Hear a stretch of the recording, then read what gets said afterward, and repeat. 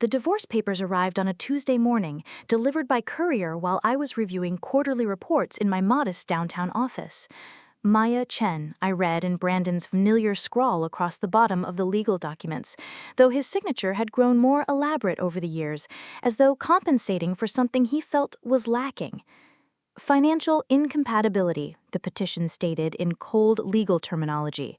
Irreconcilable differences regarding fiscal responsibility and lifestyle expectations. I set the papers aside and returned to my coffee, noting with detached amusement that Brandon had chosen the most expensive divorce attorney in the city. The irony wasn't lost on me, though I suspected it was entirely lost on him. After 12 years of marriage, he was dissolving our union because he believed I wasn't wealthy enough to suit his newly elevated ambitions. Yet he was spending what likely amounted to my monthly salary on legal fees to achieve that dissolution. My phone buzzed with a text from Brandon himself, sent from what I recognized as his new Tesla's interior, based on the distinctive dashboard reflection in his selfies. Maya, I assume you've received the papers. This is for the best. We've grown apart, and frankly, your limitations are holding me back. I hope you understand. I didn't respond immediately. Instead, I opened my laptop and pulled up the financial documents I'd been reviewing before the courier's arrival. Nexus Dynamics, the tech startup that had consumed Brandon's every waking thought for the past 18 months, stared back at me from the screen. Market cap, $47 million. Growth trajectory, exponential. Current ownership structure, fragmented among 7 major shareholders, none holding more than 22% of voting shares. Brandon had been obsessing over Nexus since attending their product launch at a tech conference in Austin. He'd returned home breathless with excitement, laptop balanced on his knees as he showed me their revolutionary AI platform for financial modeling. "This is the future, Maya," he'd said, eyes bright with the fervor of someone who'd glimpsed their destiny. If I could just get in there, get on their board, maybe secure some shares? What Brandon didn't know, what he'd never thought to ask during his months of scheming and networking and late-night phone calls with venture capitalists, was that I'd been quietly acquiring Nexus shares through a shell company I'd established 6 months earlier. Meridian Holdings, registered in Delaware with myself listed as the sole proprietor under my maiden name, had been systematically purchasing blocks of stock whenever they became available. The process had been methodical, almost surgical in its precision. A block of shares here, another there, always through different brokers, always in amounts small enough to avoid triggering disclosure requirements. I'd used the inheritance from my grandmother's estate, money Brandon had never known about because he'd never bothered to ask about my family's finances beyond their inability to provide him with the social connections he craved. As I signed the divorce papers with the Mont Blanc pen Brandon had given me for our 10th anniversary, I smiled at the memory of our last conversation about Nexus. He'd been pacing our living room, phone pressed to his ear as he tried to convince some contact to introduce him to Marcus Webb, Nexus's enigmatic founder and CEO. "Maya, you don't understand. This company is going to revolutionize everything. Their AI can predict market fluctuations with 94% accuracy. If I could just get in there, get on their board, maybe secure some shares." I'd looked up from my book, noting the desperation creeping into his voice. "What exactly would you bring to the table, Brandon?" The question had clearly caught him off guard. He'd stopped pacing, his expression shifting from excitement to something approaching indignation. Experience, vision, capital. "Whose capital?" I'd asked quietly. That had been the beginning of the end, though neither of us had recognized it at the time. Brandon's face had flushed, his jaw tightening in the way it did when he felt cornered. "I have resources, Maya, connections, things you wouldn't understand." I'd returned to my book without responding, filing away his words alongside the dozens of other small cruelties that had accumulated over the months. The subtle suggestions that my accounting firm wasn't prestigious enough, that my clients weren't wealthy enough, that my simple tastes reflected poorly on his rising status in the financial services industry. Now, 3 weeks after receiving those divorce papers, I sat in the back row of Nexus Dynamics' annual shareholder meeting, wearing a navy blue dress that Brandon would have dismissed as too conservative, too understated for someone who wanted to be taken seriously in the business world. The irony of his absence was perfect. He'd been trying to secure an invitation to this very meeting for months, calling in favors and leveraging every professional relationship he'd cultivated. Marcus Webb took the podium with the easy confidence of someone who'd built something extraordinary from nothing. At 38, he possessed the kind of quiet intensity that commanded attention without demanding it. His presentation on Nexus's Q3 performance was masterful, each slide revealing growth metrics that had the assembled investors leaning forward in their seats. "Before we move to new business," Marcus announced, consulting his notes, "I'd like to address a significant change in our ownership structure. As you're aware, we've been approached by several parties interested in acquiring substantial positions in the company." I checked my phone discreetly. 2:47 p.m. In 13 minutes, Brandon would be filing into the conference room at his law firm for what he believed would be the final signing of our divorce decree. My attorney had called that morning to confirm the timeline, though I'd already calculated it to the minute. "I'd like to welcome our newest major shareholder," Marcus continued, "representing Meridian Holdings, which has acquired a controlling 34% stake in Nexus Dynamics over the past several months." A murmur rippled through the assembled crowd. Controlling interest in Nexus had been considered impossible to achieve given the fragmented ownership structure. The fact that someone had managed it quietly, without triggering the usual market speculation and media attention, was remarkable. "Miss Chen, would you please join us?" I rose from my seat in the back row, aware of every eye in the room tracking my movement toward the front.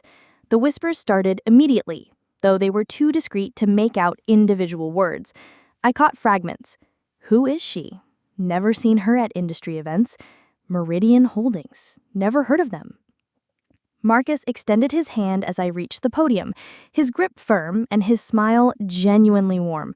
"Ladies and gentlemen, Maya Chen of Meridian Holdings." I turned to face the room, noting the mixture of curiosity and calculation in the faces before me. These were people accustomed to knowing everyone who mattered in their industry, and my anonymity clearly unsettled them. "Thank you, Marcus," I begin, my voice steady despite the magnitude of the moment. "I'm honored to join the Nexus family as your largest individual shareholder." The questions came immediately, as I'd expected they would. Market strategy, growth projections, my background in tech investment.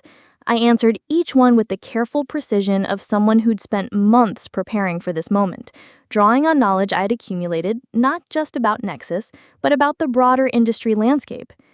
"Ms. Chen," called out David Hartwell, whom I recognized as the managing partner of one of the city's most prominent venture capital firms, "your acquisition strategy was remarkably subtle. Most institutional investors weren't even aware Meridian was accumulating positions." I smiled, thinking of Brandon's frantic networking attempts, his desperate phone calls to anyone who might have connections to Nexus's inner circle. "I believe in thorough research and patient execution, Mr. Hartwell. The best opportunities often require the longest commitment." What I didn't mention was the months I'd spent studying not just Nexus's financials, but their corporate culture, their strategic vision, their compatibility with my own long-term investment philosophy. While Brandon had been fixated on the glamour of association with a high-growth tech company, I'd been analyzing their fundamentals with the methodical approach that had made my small accounting firm surprisingly profitable. The meeting continued for another hour, covering routine business matters and financial projections. I participated when appropriate, offering insights that demonstrated my understanding of both the company's current position and its potential challenges. By the time Marcus called for the election of new board members, I could sense the shift in the room's energy. "I'd like to nominate Maya Chen for the position of chairwoman," Marcus announced, though we'd already discussed this privately weeks earlier. "Her investment represents not just capital, but confidence in our long-term vision." The vote was unanimous, a formality given my controlling interest, but gratifying nonetheless. As the meeting concluded and attendees began to file out, many stopped to introduce themselves, to exchange business cards, to position themselves advantageously with Nexus's new power broker. I was accepting congratulations from Sarah Martinez, Nexus's CFO, when my phone buzzed with a text message. Brandon, of course, although the timing was earlier than I had anticipated. Maya, where are you? The lawyers are waiting. This is important. I excused myself from the conversation and stepped into an empty conference room to call him back. He answered on the first ring, his voice tight with barely controlled frustration. Maya, what the hell? We scheduled this signing for 3 o'clock. Do you have any idea how much these attorneys charge per hour? I'm sorry, Brandon, I said, infusing just enough contrition into my voice to sound believable. I had a business meeting that ran longer than I expected. I'm on my way. A business meeting? His laugh was sharp, dismissive. Maya, please, what kind of business meeting could you possibly have that's more important than finalizing our divorce? I looked out the conference room window at the city skyline, at the gleaming towers that house the financial institutions Brandon so desperately wanted to join. The kind that changes everything, actually. But don't worry, I'll be there in 20 minutes. The law firm's offices occupied 3 floors of a downtown high-rise. Their conference rooms designed to intimidate, with floor-to-ceiling windows and furniture that cost more than most people's cars.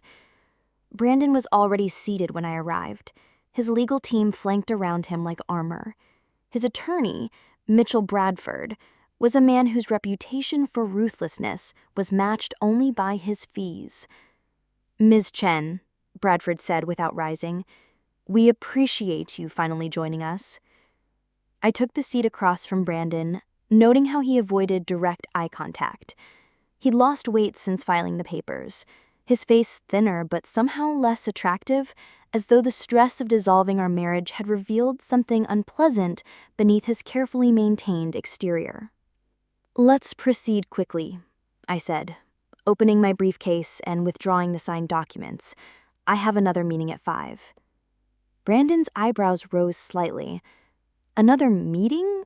Maya, you don't need to pretend to be busier than you are. We're getting divorced specifically because your career isn't... He trailed off, perhaps recognizing how petty he sounded, or perhaps finally reading something in my expression that suggested he should proceed more carefully. Bradford cleared his throat, shuffling through papers with the practiced efficiency of someone who'd orchestrated dozens of similar dissolutions. The terms are straightforward. No alimony given the relatively short duration of the marriage and the absence of children.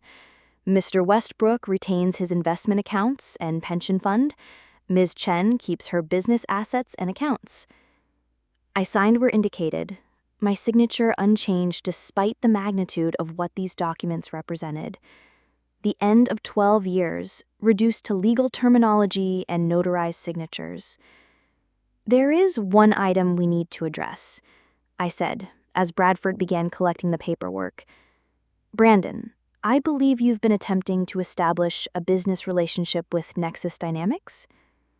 Brandon's head snapped up, his eyes suddenly alert. How do you know about that? I've been following your networking attempts with some interest. All those calls to venture capitalists, those lunches with potential introducers, quite industrious of you. Mitchell Bradford was watching our exchange with the sharp attention of someone who sensed undisclosed complications. Is there a conflict of interest we should be aware of? I smiled, reaching into my briefcase for the documents I prepared for this moment. The first page was simple enough, a corporate filing document showing Maya Chen as the registered agent for Meridian Holdings. The second page was more interesting, a share ownership statement showing Meridian Holdings' 34% controlling stake in Nexus Dynamics. The silence stretched between us like a taut wire. Brandon stared at the documents, his face cycling through disbelief, comprehension, and something approaching horror. This is impossible, he whispered finally. Maya, you don't have this kind of money. You can't possibly own. I can, and I do. In fact, as of this afternoon, I was elected chairwoman of Nexus Board of Directors. Mitchell Bradford leaned forward to examine the documents, his professional composure slipping slightly. Ms. Chen, these filings show acquisition dates spanning the past 6 months. That would mean you were accumulating these shares while married to Brandon. Yes. I used my grandmother's inheritance to fund the acquisitions, money that legally belonged to me alone, acquired before our marriage. Brandon's voice cracked slightly. Your grandmother's inheritance? Maya, you told me she left you your jewelry and some family heirlooms. I told you she left me what I valued most from her estate. Her jewelry was lovely, of course, but her stock portfolio was considerably more valuable. She'd been investing in technology companies since the 1980s, quite prescient for someone you dismissed as just a small-town librarian. The memory of that dismissal still stung, even now. Brandon had never met my grandmother, had never shown interest in my family beyond their inability to provide him with useful social connections. When she'd passed away 2 years ago, he'd attended the funeral with barely concealed impatience, checking his phone during the service and complaining about the drive to her rural hometown. Maya, Brandon said, his voice taking on a pleading quality I'd never heard before. You can't be serious. You're telling me you've been planning this for months? Planning what, exactly?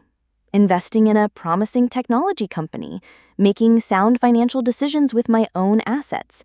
I'm not sure what you're suggesting. But of course, I knew exactly what he was suggesting, and we both knew it was true. I had been planning this, not from the moment he'd first mentioned Nexus, but from the accumulation of small humiliations that had finally crystallized into cold determination. The breaking point had come 6 weeks earlier at Marcus Webb's product launch party. Brandon had been invited through a client connection, and he'd insisted I attend as his wife, though he'd made it clear I should remain in the background. Let me handle the networking, he'd said while adjusting his tie in our bedroom mirror. These people respond better to confidence, and frankly, Maya, you've never been comfortable in high-stakes social situations. I'd worn a black cocktail dress that I thought was appropriate, even elegant, but Brandon had frowned when he'd seen me. Is that the best you can do? This isn't a faculty mixer, Maya. These are serious people with serious money. At the party, I'd watched him work the room with desperate intensity, name-dropping and laughing too loudly at jokes that weren't particularly funny. I'd found myself gravitating toward Marcus Webb himself, who'd been standing alone near the floor-to-ceiling windows, apparently taking a break from the networking frenzy. Not your scene either? He'd asked, nodding toward the crowd of suited figures clutching champagne flutes and business cards. I'm observing, I'd replied. It's fascinating watching people position themselves around an opportunity. Marcus had studied me with sharp intelligence. And what's your position? I'm still calculating, I admitted, and something in my tone had made him smile. We'd talked for nearly an hour, and I'd found myself genuinely impressed by his vision for Nexus, by his understanding of both the technological possibilities and the market realities. When Brandon had finally located me, his expression had been thunderous. Maya, what are you doing? He'd hissed, gripping my elbow as he'd led me away from Marcus. I've been trying to get an introduction to Webb all night, and you're monopolizing his time talking about God knows what. Actually, we were discussing the practical applications of AI in financial modeling. Quite fascinating. Brandon's laugh had been sharp, dismissive. Maya, please. You're an accountant. You balance books for small businesses. Let me handle the sophisticated conversations. That night, lying beside Brandon as he'd slept, I'd made my decision. Not just about Nexus, but about everything.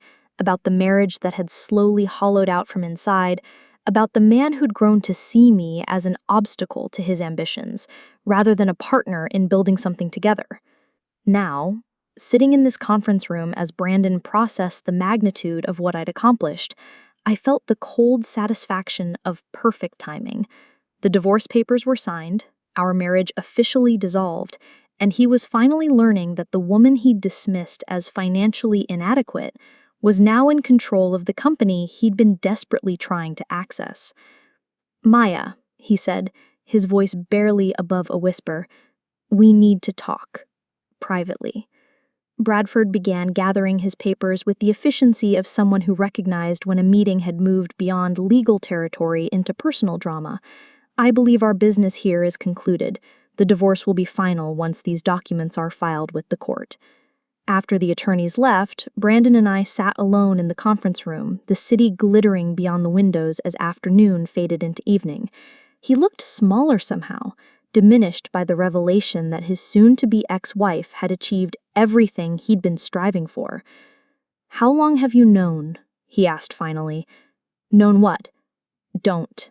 His voice carried the edge of his old authority, though it rang hollow now. "Don't pretend this is coincidence. You've been planning this for months, haven't you? The divorce, the stock purchases, all of it." I considered lying, maintaining the fiction that my investment in Nexus was purely coincidental, unrelated to our marital problems, but Brandon deserved the truth, even if he wouldn't like it. "Not the divorce," I said carefully. "That was your idea, remember? Financial incompatibility. But you knew what it would mean to me. You knew I'd been trying to get close to Nexus, and I deliberately made sound investment decisions with my own money, just as you've been making decisions based on what you thought was best for your career." Brandon leaned back in his chair, his hands pressed against his temples.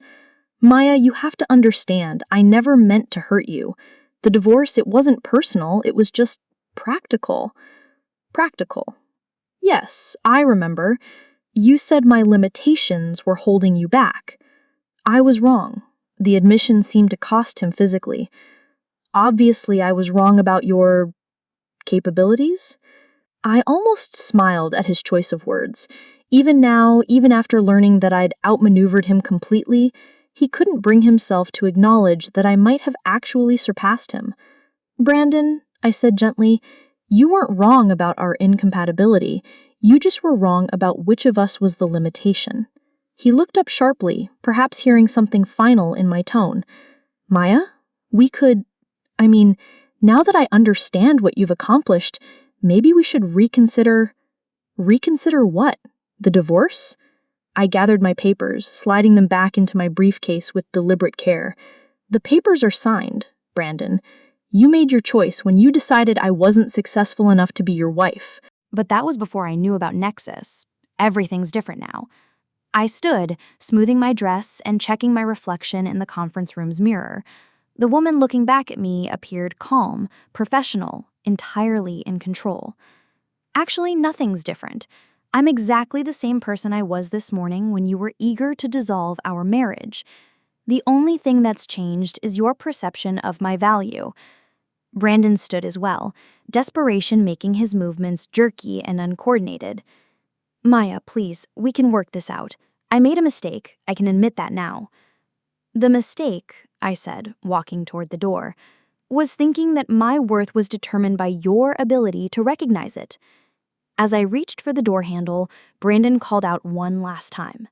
"Maya, what happens now, with Nexus, I mean? I've been working on some strategic initiatives that could benefit the company.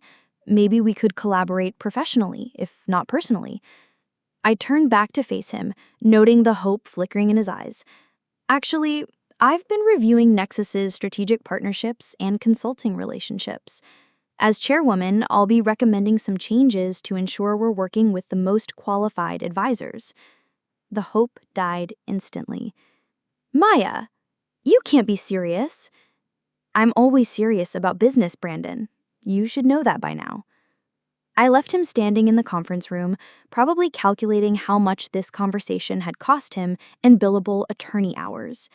As the elevator descended toward the lobby, I felt lighter than I had in months, as though I'd finally set down a weight I'd been carrying without realizing it. My phone buzzed with a text from Marcus Webb. "How did it go?" I typed back quickly. "Clean and surgical. He knows." "Any second thoughts?" I considered the question as I walked toward the parking garage. Brandon hadn't been entirely wrong about our incompatibility, though he'd misunderstood its nature. We'd grown apart not because of money, but because of what money represented to each of us. To him, wealth was about status, about positioning himself advantageously in social and professional hierarchies. To me, it was about freedom, about the ability to make choices based on principle rather than necessity. "None," I replied to Marcus. 3 weeks later, I was reviewing acquisition proposals in my new office at Nexus headquarters when my assistant announced that Brandon was in the lobby, requesting a meeting. I wasn't entirely surprised. I'd been expecting this visit since the local business journal had run their profile on my appointment as chairwoman. The article had been flattering, focusing on my background in financial analysis and my vision for Nexus's growth trajectory. They had interviewed several industry experts who'd praised the strategic thinking behind my quiet acquisition of controlling interest, with one venture capitalist calling it the most elegant hostile takeover that wasn't actually hostile. "Send him up," I told my assistant, "but let him know I only have 15 minutes. Brandon appeared exactly 10 minutes later, dressed in his most expensive suit and carrying a leather portfolio that I recognized as new. He had had his hair cut and styled by someone more expensive than his usual barber, and his cologne was subtle but unmistakably high-end. "Maya, thank you for seeing me. I know how busy you must be." I gestured toward the chair across from my desk, noting how his eyes swept the office, cataloging the minimalist furniture, the floor-to-ceiling windows, and the abstract artwork that Marcus had helped me select. This was the kind of space Brandon had always coveted, and I could see him mentally calculating its rent, its implications for my status within the company hierarchy. "What can I do for you, Brandon?" He opened his portfolio, withdrawing a bound presentation that looked professionally prepared. "I've been developing some strategic analysis on the fintech integration market. Given Nexus's AI capabilities, I think there's tremendous opportunity for expansion into financial services." I accepted the document, flipping through pages of charts and market projections. The work was competent, even insightful in places, though nothing revolutionary. "This is interesting research, Brandon. What are you proposing?" "A consulting relationship," he said, leaning forward slightly. "I know the divorce was complicated, but I think we can separate our personal history from professional opportunities." I set the presentation aside, studying his face. "You want to work for Nexus?" "I want to work with Nexus as an independent consultant. I've already established relationships with several financial institutions that could become integration partners." What he didn't say, but what we both understood, was that his desperation was showing. The divorce had been expensive, his networking attempts had yielded no significant opportunities, and his association with a high-profile company like Nexus could rehabilitate his professional standing. "Brandon," I said gently, "I appreciate the thoroughness of your research, but Nexus already has strategic advisors for fintech integration." "But not with my specific expertise in institutional relationships," he pressed. "Maya, I know I made mistakes in our marriage, but I'm good at what I do professionally. You know that." It was true. Brandon was competent at his job, even talented in certain areas. But competence wasn't enough anymore. Not for Nexus and not for me. "I'm sure you are," I agreed, "but our strategic priorities are focused elsewhere right now." I watched him process the rejection, saw the moment when he realized that this wasn't a negotiation, but a verdict. "Maya, is this about the divorce? Because if you're punishing me professionally for personal reasons—" "Brandon," I interrupted, "everything isn't about you." The words hung between us, simple and devastating. His face flushed slightly, though whether from embarrassment or anger, I couldn't tell. "Of course," he said finally, closing his portfolio with sharp, precise movements. "I understand." He stood to leave, then paused at the door. "Maya, for what it's worth, I am sorry about how things ended, about what I said. You've obviously accomplished something remarkable here." I nodded acknowledgement without offering forgiveness. Some apologies were simply too late, arriving after the damage had calcified into permanent change. After he left, I returned to the acquisition proposals I'd been reviewing, though my concentration was fragmented. Through my office windows, I could see the city spreading in all directions, full of people making choices that would echo through their lives in ways they couldn't yet imagine. My phone buzzed with a text from Zoe Lambert, who'd become something approaching a friend since our paths had crossed at various industry events. "Saw the Business Journal article, drinks tonight to celebrate?" I typed back, "Can't tonight. Board meeting prep. Rain check?" What I didn't mention was that I'd developed a reluctance to celebrate my professional victories in the traditional ways. Success felt different when it had been earned through careful planning, rather than lucky timing. When it represented not just achievement, but the systematic dismantling of assumptions about who deserved power and who didn't. That evening, I worked late in my office, reviewing financial projections and strategic analyses until the building emptied around me. The cleaning crew arrived around 9, their quiet efficiency a counterpoint to the day's meetings and negotiations. I found their presence comforting. Here were people focused on practical tasks, on making things better through direct action, rather than complex maneuvering. Around 10, Marcus knocked on my doorframe, carrying 2 cups of coffee from the all-night deli downstairs. "Thought you might need fuel," he said, settling into the chair Brandon had occupied that afternoon. "Long day?" I acknowledged, accepting the coffee gratefully. "Want to talk about it?" I considered his offer, weighing the relief of confession against the professional boundaries we'd maintained despite our growing friendship. My ex-husband came by today, looking for consulting work. "The one who divorced you for being financially incompatible?" "The very same." "And how did that go?" "About as well as you'd expect." I sipped my coffee, noting its bitter edge. "He's not a bad person, Marcus, just limited. He sees opportunities as transactions rather than transformations." "And you told him no?" I told him no. Marcus nodded thoughtfully. "Any regrets?" It was the same question he'd asked me after my divorce was finalized, and I gave him the same answer: none. But sitting in my office that night, surrounded by the trappings of the success Brandon desperately wanted, I realized the answer was more complicated than I'd admitted. I didn't regret my choices, but I mourned the marriage we might have had if he'd been capable of seeing me as a full person rather than a reflection of his own status. The following month brought Nexus's quarterly earnings report, which exceeded projections by 18%. The stock price surged, making my investment worth considerably more than I'd paid for it. The financial press took notice, with several publications profiling my Cinderella story of quiet accumulation and strategic thinking. I hated the fairy tale framing, the implication that my success was somehow magical rather than methodical. But I understood the narrative's appeal. People wanted to believe that intelligence and patience could triumph over connections and inherited advantage.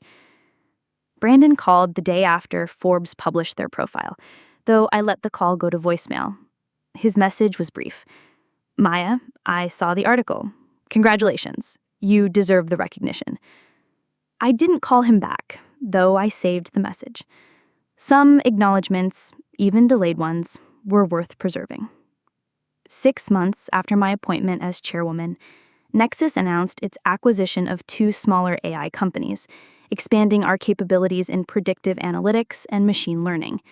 The deals had been in negotiation for months, requiring the kind of patient, complex planning that I'd come to specialize in.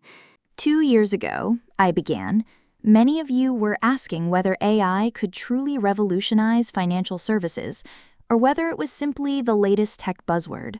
Today, I'm proud to demonstrate that the question isn't whether AI will transform our industry, but how quickly we can adapt to the transformation that's already underway. The presentation went flawlessly, our demos highlighting capabilities that had the audience murmuring with genuine excitement. During the networking reception that followed, I found myself surrounded by people eager to discuss partnership opportunities, investment possibilities, strategic alliances. "Maya," called a familiar voice from across the room. I turned to see David Hartwell, the venture capitalist who'd questioned my acquisition strategy at that first shareholder meeting. "Brilliant presentation. I'd love to schedule some time to discuss Nexus's Series D funding round." "Actually," I replied, "we're not planning a Series D funding round. Our growth is being funded through operational cash flow." Hartwell's eyebrows rose. "Really? That's..." unusual for a company your size. We prefer to maintain our independence, I explained. External funding always comes with external expectations. It was a philosophy I developed through careful observation of other high-growth companies, many of which had been forced to compromise their long-term vision to satisfy short-term investor demands. Nexus's profitability gave us the luxury of choosing our own path, of making decisions based on strategic value rather than quarterly performance. As the evening progressed, I noticed a commotion near the hotel's entrance. Through the crowd, I caught a glimpse of Brandon, arguing quietly but intensely with one of the event's security guards. He wasn't on the guest list, obviously, and his attempts to charm his way inside weren't succeeding. I excused myself from a conversation about artificial intelligence applications in cryptocurrency trading and walked toward the entrance. Brandon saw me approaching and straightened his shoulders, his expression shifting from frustration to something approaching relief. "Maya, thank God. Could you tell security that we're divorced about 8 months ago?" The security guard looked between us with professional wariness. "Miss Chen, do you know this gentleman?" "I do," I confirmed. "Mr. Westbrook, what are you doing here?" Brandon's face flushed slightly. "I wanted to attend your presentation, to see what you've accomplished." The admission surprised me with its honesty. "Brandon, this is an invitation-only event for clients and strategic partners." "I know, He trailed off, seeming to realize how his presence appeared. "I wanted to support you, professionally." I studied his face, noting the subtle signs of stress, the tightness around his eyes, the careful way he held his shoulders. His networking attempts had clearly yielded limited results, and his association with my success at Nexus might have been his attempt to rehabilitate his professional reputation. "I appreciate that," I said finally, "but this isn't the appropriate venue." Brandon nodded, his disappointment poorly concealed. "Of course, I should have realized." As he turned to leave, I found myself calling after him. "Brandon." He stopped, hope flickering across his features. "There's a good coffee shop 2 blocks north of here. If you want to talk, I'll be there around 10 when this event wraps up." The coffee shop was nearly empty when I arrived, just a few students with laptops and an elderly couple sharing a piece of pie. Brandon had claimed a corner table, 2 cups already waiting. Decaf with cream, the way I'd always preferred it. He'd remembered, which seemed both touching and somehow sad. "Thank you for coming," he said as I settled into the chair across from him. "Thank you for the coffee." I sipped it carefully, noting that he'd also remembered I preferred it slightly cooler than most people. "So, what did you want to talk about?" Brandon looked down at his hands, which were wrapped around his own cup as though seeking warmth. "I've been thinking about what you said, about mistakes and timing and worth." I waited, sensing he was working towards something important. "I think I understand now what I lost when I filed those papers. Not just you, but the person I was when I was with you, the person who saw partnership as something more valuable than advantage." The admission hung between us, honest and painful. "Brandon," he said quickly, "I'm not asking for anything. I know it's too late for us. I just wanted you to know that I understand what I threw away."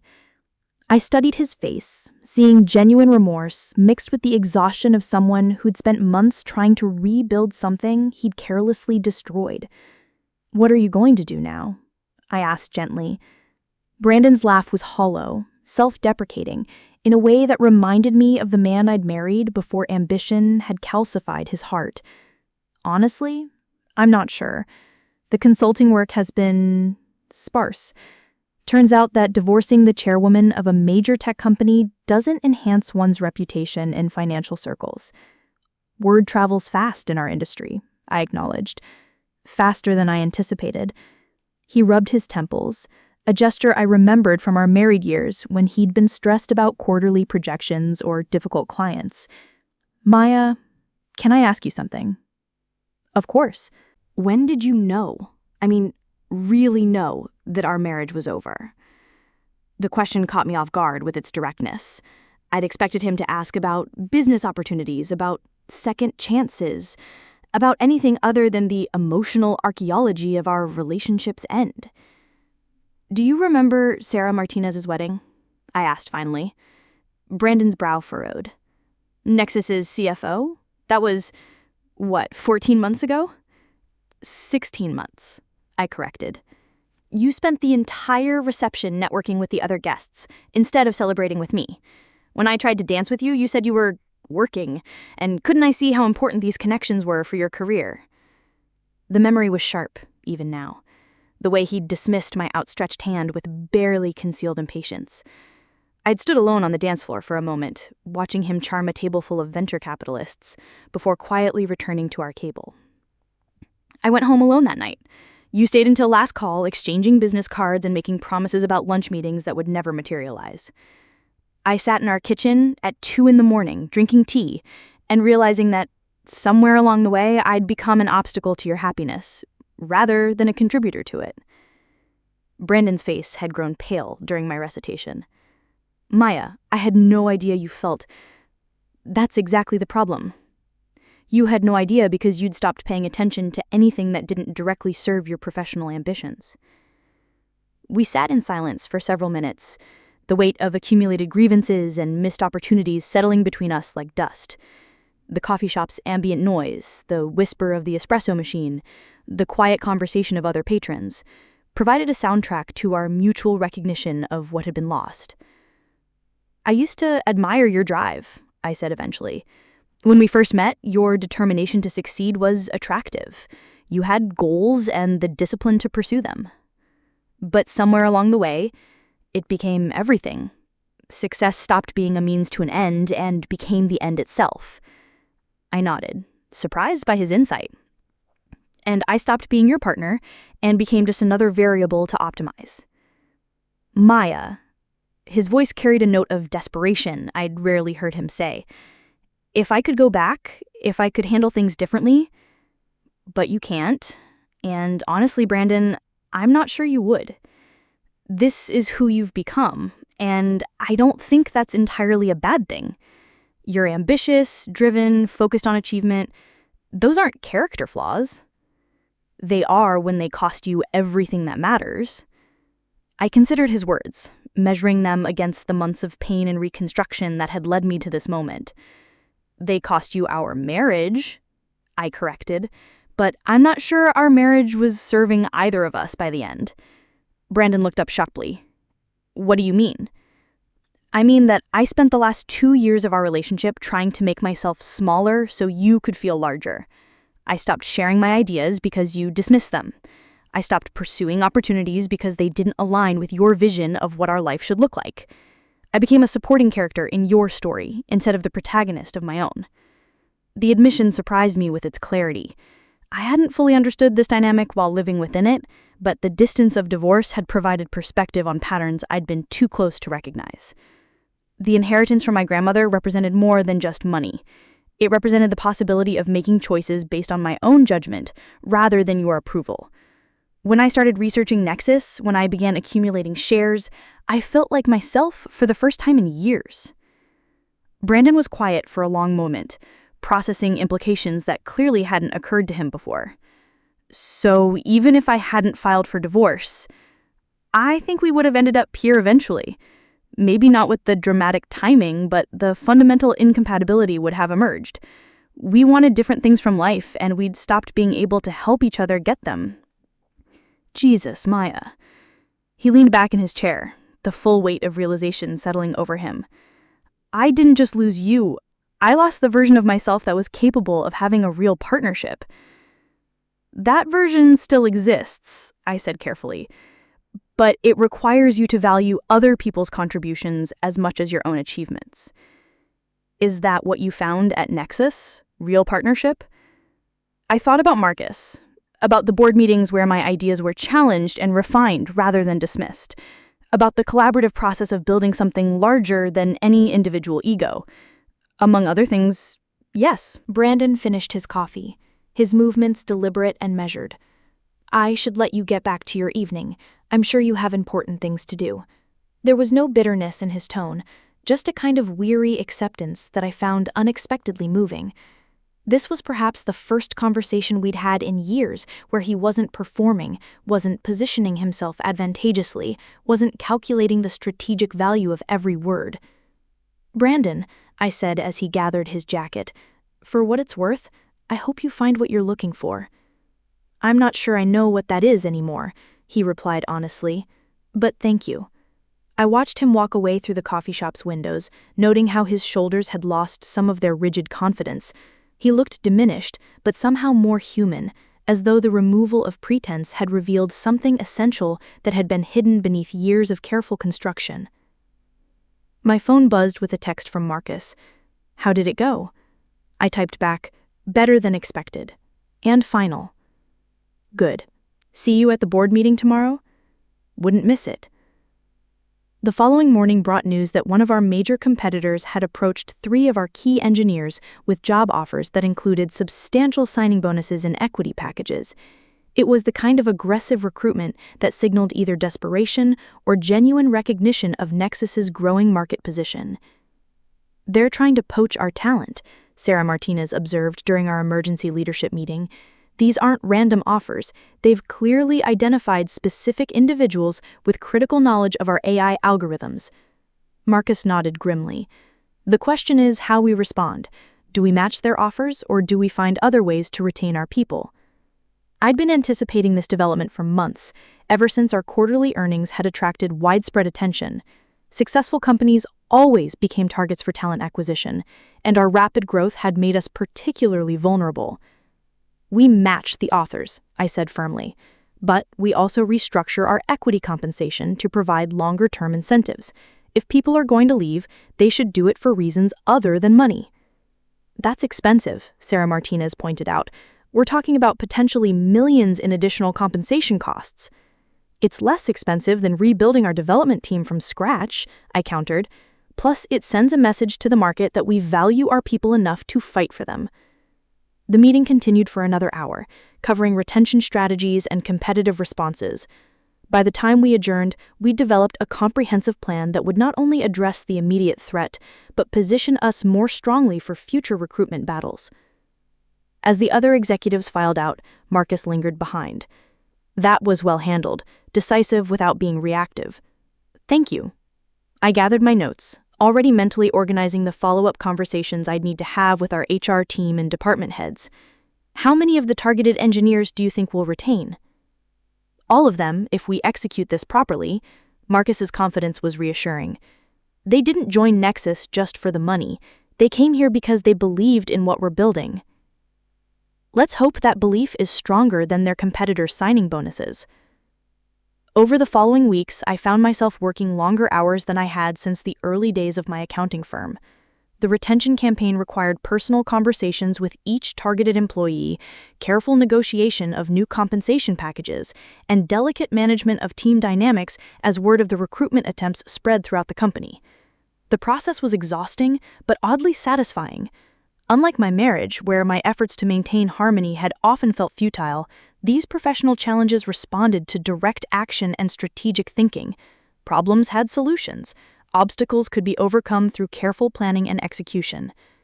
"You're burning yourself out," Zoe Lambert observed during one of our increasingly rare lunch meetings. "When's the last time you took a real break?" I considered her question while picking at my salad. Define real break. Time away from work that isn't spent thinking about work. Vacation, hobbies, dating, maybe? The last suggestion made me laugh. Dating seems like a complication I don't need right now. "Maya, you've been divorced for almost a year. At some point, you have to rejoin the human race." "I'm human," I protested. "I'm just busy being human in a professional context." Zoe studied my face with the sharp attention of someone who'd built her own consulting firm from nothing and understood the seductive nature of total professional immersion. "There's a difference between being successful and being whole. You know that, right?" Her words stayed with me through the afternoon, echoing during meetings and strategic planning sessions. The truth was that I'd been so focused on proving my capability, on building something significant with Nexus, that I'd neglected to consider what my life looked like beyond the office walls. That evening, instead of staying late to review acquisition proposals, I drove home to the apartment I'd rented after the divorce. It was smaller than the house I'd shared with Brandon, but the space felt entirely mine in a way that our carefully decorated suburban home never had. I poured myself a glass of wine and settled onto my balcony, watching the city lights flicker to life as darkness settled over the skyline. For the first time in months, I allowed myself to think about what I wanted from life beyond professional achievement. The recognition surprised me with its simplicity. I wanted to build things that mattered, work with people who valued collaboration over competition, and make decisions based on long-term impact rather than short-term advantage. In many ways, I was already living the life I wanted. The question was whether that life had room for anything beyond work. My phone rang, interrupting my contemplation. The caller ID showed my sister Jennifer's number, and I answered with genuine pleasure. "Maya, I saw the article in Business Week. Mom sent me the link with about 15 exclamation points." I laughed, imagining our mother's excitement at seeing our family name mentioned in a national publication. "It was a nice piece, very flattering." "Flattering nothing. You're basically running a tech empire. When did my little sister become a corporate mogul?" "I'm hardly a mogul. I just made some good investment decisions." "Maya, you own a controlling stake in a company worth hundreds of millions of dollars. That's mogul territory, whether you want to admit it or not." Jennifer's enthusiasm was infectious, reminding me that my professional success existed within a larger context of family relationships and personal history. We talked for nearly an hour, catching up on her children's activities and her husband's promotion, ordinary life details that felt both foreign and comforting after months of board meetings and strategic planning. "You should come visit," she said as our conversation wound down. "The kids would love to see their famous aunt, and you could use some time away from all that corporate intensity." "I'll think about it," I promised, and for the first time in months, I meant it. The following day brought news that our retention efforts had been successful. All 3 targeted engineers had declined their competitors' offers, choosing to remain with Nexus despite the substantial financial incentives to leave. The victory felt particularly sweet given a personal investment I had made in the individual conversations and negotiations. "We should celebrate," Marcus suggested after our weekly leadership meeting. "Dinner somewhere appropriately expensive and pretentious." "I don't do pretentious," I replied automatically. "Fine. Dinner somewhere expensive and unpretentious. Your choice." I found myself agreeing, though part of me wondered if this crossed some professional boundary I'd been careful to maintain. Marcus and I had developed an easy working relationship built on mutual respect and shared vision, but we'd been scrupulous about keeping our interactions within professional bounds. The restaurant he'd chosen was elegant without being ostentatious, the kind of place where business deals were concluded over carefully prepared food and moderately priced wine. We claimed a corner table that afforded privacy without isolation, perfect for the kind of conversation that might touch on sensitive topics. "So," Marcus said after we'd ordered, "how does it feel to officially win your first corporate battle?" "Satisfying," I admitted, though I keep waiting for the next challenge to emerge. There's always a next challenge. That's the nature of growth. We talked easily about industry trends and competitive positioning, our conversation ranging from technical details to broader strategic considerations. Marcus possessed the rare combination of visionary thinking and practical implementation skills that made him an ideal CEO for a company in rapid expansion. "Can I ask you something personal?" he said as our main courses arrived. "Depends how personal." "Your ex-husband, was he always threatened by your capabilities, or did that develop over time?" The question caught me off guard, though I realized I shouldn't have been surprised. Marcus was observant by nature, and my relationship history inevitably informed my approach to professional partnerships. "I think it developed gradually," I said carefully. Brandon wasn't consciously threatened exactly, but he'd constructed an identity around being the successful one in our relationship. And when that dynamic shifted, he couldn't adapt. He couldn't even recognize that it had shifted. To him, my success at Nexus must seem like it came from nowhere, like I suddenly developed capabilities I'd never possessed. Marcus nodded thoughtfully, whereas the truth is that those capabilities were always there. You just needed the right context to express them. Something like that. For what it's worth, he said, I'm glad you found your way to us. Nexus is better for having you involved. The compliment was professional in nature, but something in his delivery suggested layers of meaning that went beyond our business relationship. I found myself studying his face, noting the intelligence in his eyes and the careful way he chose his words. Thank you, I said simply. The remainder of dinner passed comfortably, our conversation touching on topics ranging from artificial intelligence applications to travel destinations we'd both like to visit someday. By the time we parted ways in the restaurant's parking lot, I found myself wondering if our professional relationship might evolve into something more personal.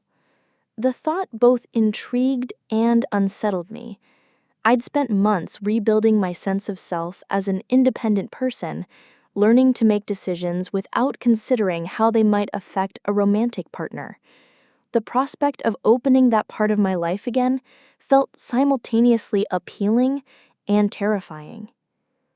6 months later, Nexus announced our expansion into European markets, a development that required months of regulatory navigation and strategic partnership building. The project consumed enormous amounts of time and energy, but it also represented the kind of calculated risk-taking that had attracted me to the company in the first place. I was reviewing compliance documents in my office when my assistant announced that Brandon was on the phone, requesting a brief conversation. I hadn't heard from him since our coffee shop meeting nearly a year earlier, and his timing seemed oddly coincidental given our recent success. Maya, he said when I accepted the call, I hope I'm not interrupting anything important. Just the usual strategic world domination, I replied lightly. What can I do for you? I wanted to congratulate you on the European expansion. It's been all over the financial press. Thank you. I waited, sensing there was more to his call than professional courtesy. I also wanted to let you know that I'm relocating to Denver. I've accepted a position with a renewable energy investment from there.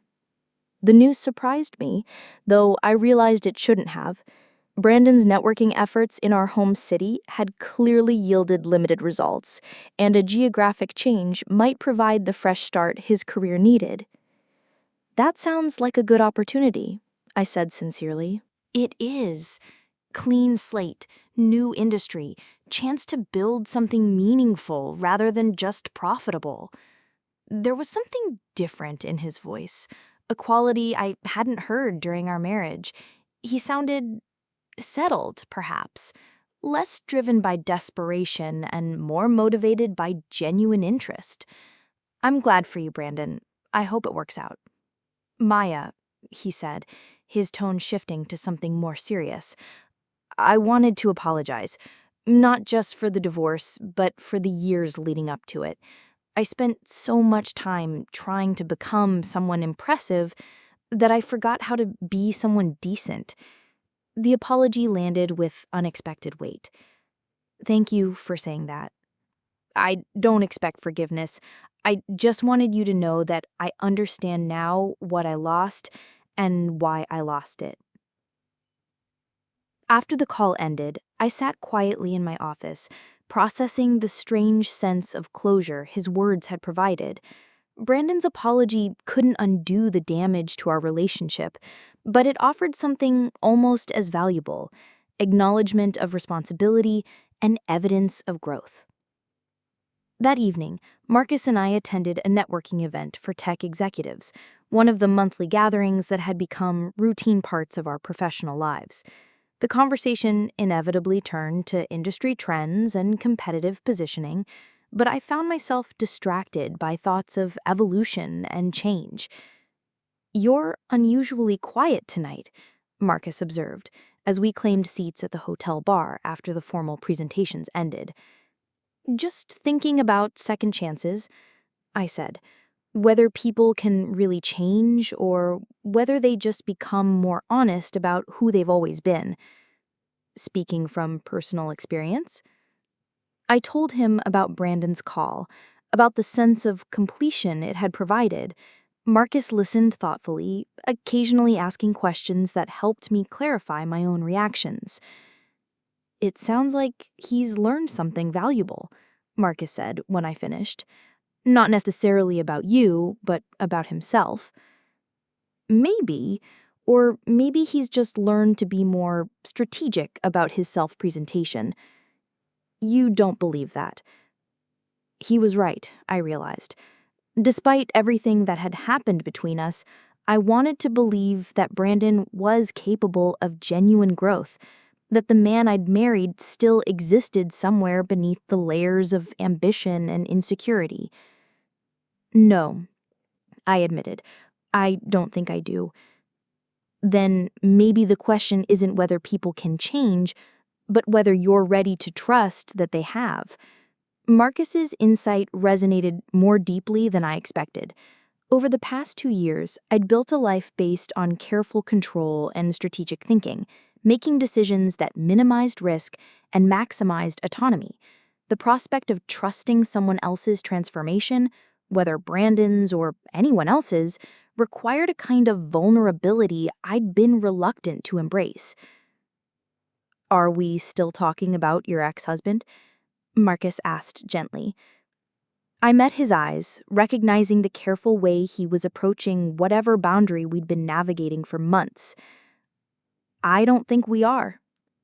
"Good," he said simply, "because I've been wanting to have a different conversation with you for quite some time." The admission hung between us, honest and unadorned. I found myself considering the implications for our professional relationship, for the careful independence I'd constructed, for the possibility of building something new rather than simply protecting what I'd already achieved. "So, what kind of conversation?" I asked. "The kind where we acknowledge that our partnership extends beyond boardrooms and strategic planning sessions." I smiled, feeling something inside me relax that I hadn't realized was tense. I'd like that conversation too. As we talked through the evening, I realized that the question of second chances applied as much to my own capacity for trust as to other people's capacity for change. The divorce from Brandon had taught me about the importance of maintaining my own identity within a relationship, but it had also left me weary of the vulnerabilities that intimacy required. With Marcus, I sensed the possibility of a different kind of partnership, one built on mutual respect and shared vision rather than complementary inadequacies. The professional success we'd built together suggested that we could collaborate without either of us disappearing into the other's ambitions. "So," Marcus said, as the evening wound down, "would you like to have dinner again sometime? Somewhere that has nothing to do with business." "I'd like that," I replied, meaning it completely. 6 months later, as I stood before another audience of investors and industry analysts to announce Nexus's acquisition of a promising startup in machine learning applications, I reflected on the journey that had brought me to this podium. The divorce that had seemed like an ending had actually been a beginning, the start of a process of discovering what I was capable of when I stopped trying to fit my ambitions into someone else's vision of what my life should look like. The acquisition would expand our capabilities in predictive analytics while bringing aboard a team of brilliant engineers who shared our commitment to ethical AI development. It represented the kind of strategic thinking that had become my signature approach to business growth: patient, methodical, focused on long-term value creation rather than short-term profit maximization. After the presentation, As I fielded questions from reporters and analysts, I caught sight of a familiar figure in the back of the room. Brandon stood near the exit, dressed in a simple business suit that suggested success without ostentation. When our eyes met, he nodded respectfully and smiled. Not the desperate, calculating expression I remembered from our final encounters, but something that seemed genuinely pleased for my achievement. He'd flown in from Denver specifically to attend the announcement, he told me afterward during a brief conversation in the hotel lobby. His work in renewable energy was going well, he said, and he'd found a sense of purpose that had been missing during his years of pure ambition.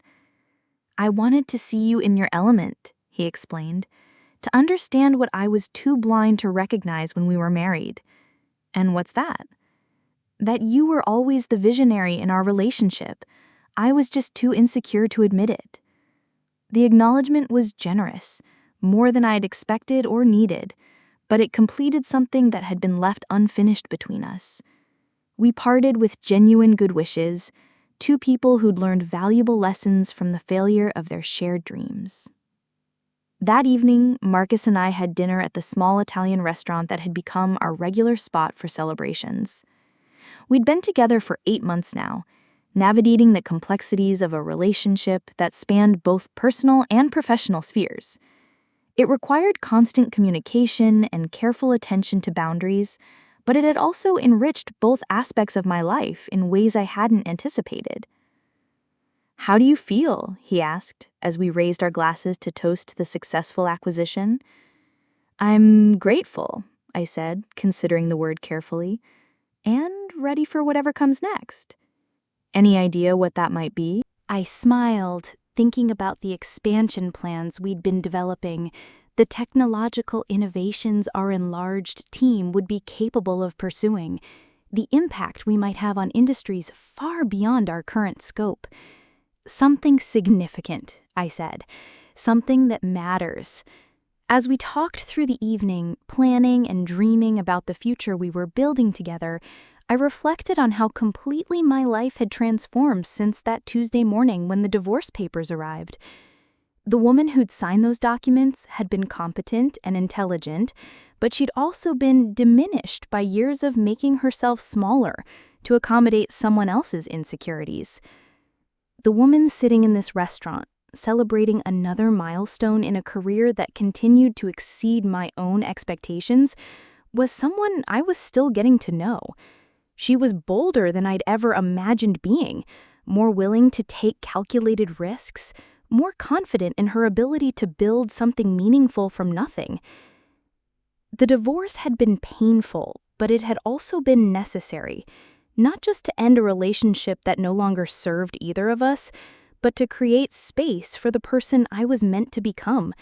Sometimes the most important gifts come disguised as losses, and sometimes the end of one story is simply the beginning of another, better one. "To new beginnings," Marcus said, raising his glass again. "To becoming who we're meant to be," I replied. As we touched glasses, I realized that this was what happiness looked like for me. Not the passive contentment of a life lived within safe boundaries, but the active satisfaction of building something significant with someone who valued my contributions as much as I valued his. It had taken a painful divorce and 2 years of rebuilding to discover what real partnership could look like, but the journey had been worth every difficult step. The future stretched ahead of us, full of possibilities that would require courage and creativity to pursue, but for the first time in years, I felt equal to whatever challenges might emerge, confident in my ability to meet them with intelligence, integrity, and the support of someone who truly understood what I was capable of achieving. Brandon had divorced me for being too poor, but he'd actually freed me to discover that I was richer than either of us had ever imagined, not just in financial terms, but in vision, capability, and the courage to pursue ambitious dreams. The irony was perfect, and perfectly satisfying. The story of my marriage had ended, but the story of my life was just beginning.